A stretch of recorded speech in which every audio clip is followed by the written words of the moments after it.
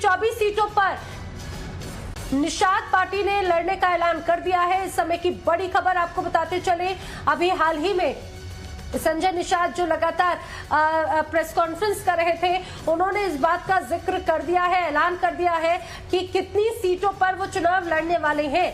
24 सीटों पर चुनाव लड़ने का ऐलान निषाद पार्टी ने किया है। अब से कुछ देर के बाद में, लगभग ये कहा जाए कि 2.5 घंटे के बाद में जब चुनाव आयोग जब चुनाव की तारीखों का ऐलान करेगा, उससे ठीक 2.5 घंटे पहले निषाद पार्टी की तरफ से सीटों पर निर्णय लिया जा चुका है और उसका ऐलान भी कर दिया गया है।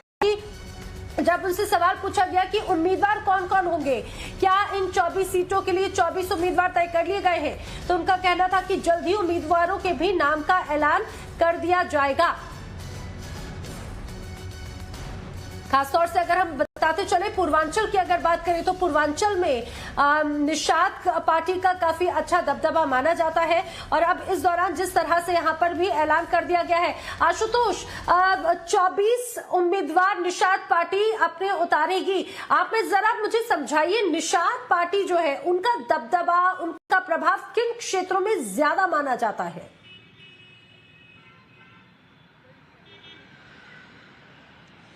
देखिए, निषाद पार्टी ने ये अपने पत्ते एक बार फिर से खोल दिए हैं और जो प्रेशर की पॉलिटिक्स थी उसे एक बार फिर से उसने जाहिर कर दिया है। पिछली बार हमने जब देखा था कि जब लखनऊ में अमित शाह के साथ उनकी ज्वाइंट रैली हुई थी, उसके बाद अगले ही दिन उन्होंने निषादों को अनुसूचित जाति में शामिल करने के लिए राज्यपाल को चिट्ठी लिखी थी, मुख्यमंत्री को चिट्ठी लिखी थी। इसके बाद बीजेपी बैकफुट पर आई थी और बीजेपी ने भी एक तरीके से गृह मंत्रालय की ओर से रिकमेंडेशन किया गया था कि हाँ, हम आपकी बातों पर अमल करेंगे। निषाद पार्टी की कोशिश यही है कि गोरखपुर से लेकर गाजीपुर तक जो निषाद है, खासतौर से जो गंगा वाला बेल्ट है, वहां पर निषादों की संख्या बहुत ज्यादा है। कहीं कहीं पर ये बहुत एक निर्णायक के तौर पर उभरते हैं।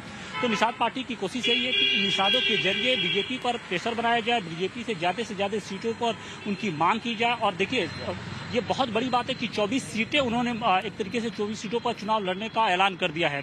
जबकि पिछली बार हमने देखा था कि सुहेलदेव भारतीय समाजवादी पार्टी के जो ओम प्रकाश राजभर थे, बीजेपी ने उन्हें सिर्फ 8 सीट दी थी। इसके अलावा अनुप्रिया पटेल की अपना दल जो पार्टी है, उसको उन्होंने 12 सीट दिया था। तो ऐसे में बीजेपी के लिए ये बहुत मुश्किल का समय होगा कि क्योंकि जो पिछड़ों में एक तरीके से समाजवादी पार्टी ने सेध लगा ली है, खासतौर से ओम प्रकाश राजभर के जरिए, तो के लिए मुश्किल। ठीक है आशुतोष, आपका